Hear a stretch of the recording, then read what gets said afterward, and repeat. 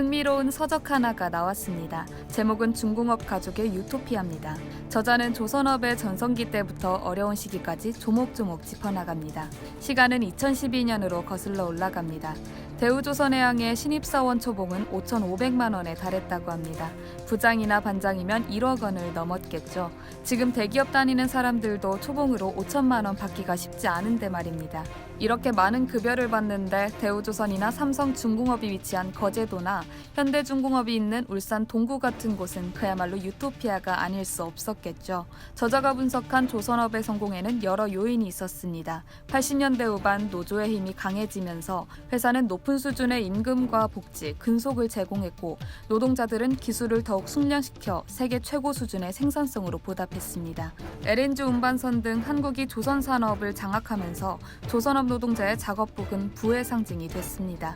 누구나 어디에서나 다들 작업복을 입고 다녔습니다.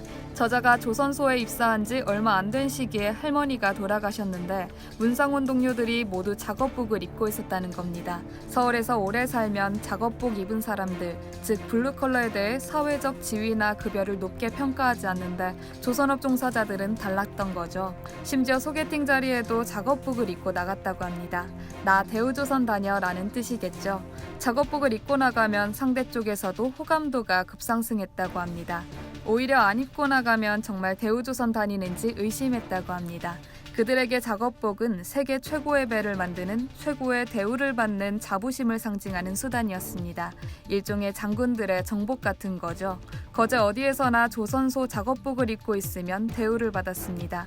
대우조선 다닌다, 삼성중공업 다닌다고 하면 결혼부터 주택 마련까지 문제가 없었다고 합니다.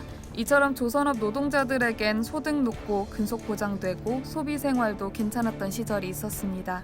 하지만 지금은 급반락했습니다. 원인은 해양 플랜트입니다. 2008년 금융위기 이후 대형 선박에 대한 수요가 급감하면서 조선사들이 사업 다각화 차원에서 해양 플랜트에 뛰어들게 됩니다. 이게 자충수가 됩니다. 조선사들은 해양 플랜트에 대한 이해도가 높지 않았습니다. 기존에 잘하던 선박들과는 달리 설계 능력이 없었고 이는 도면 오작, 장비 결함 등으로 이어졌습니다. 각종 시행착오는 사업의 지연으로 이어지고 비용은 기하급수적으로 늘어났습니다. 게다가 조선사들은 가격 덤핑까지 했습니다. 손해가 누적될 수밖에 없었던 거죠. 결국 이것은 지금의 조선업 위기로 이어졌습니다. 울산과 거제 등의 부동산 가격은 고점 대비 최대 40에서 50%가 빠진 경우도 있습니다. 산업위기 지역으로도 지정됐습니다. 근데 최근 조선업에 긍정적인 소식이 들리고 있습니다.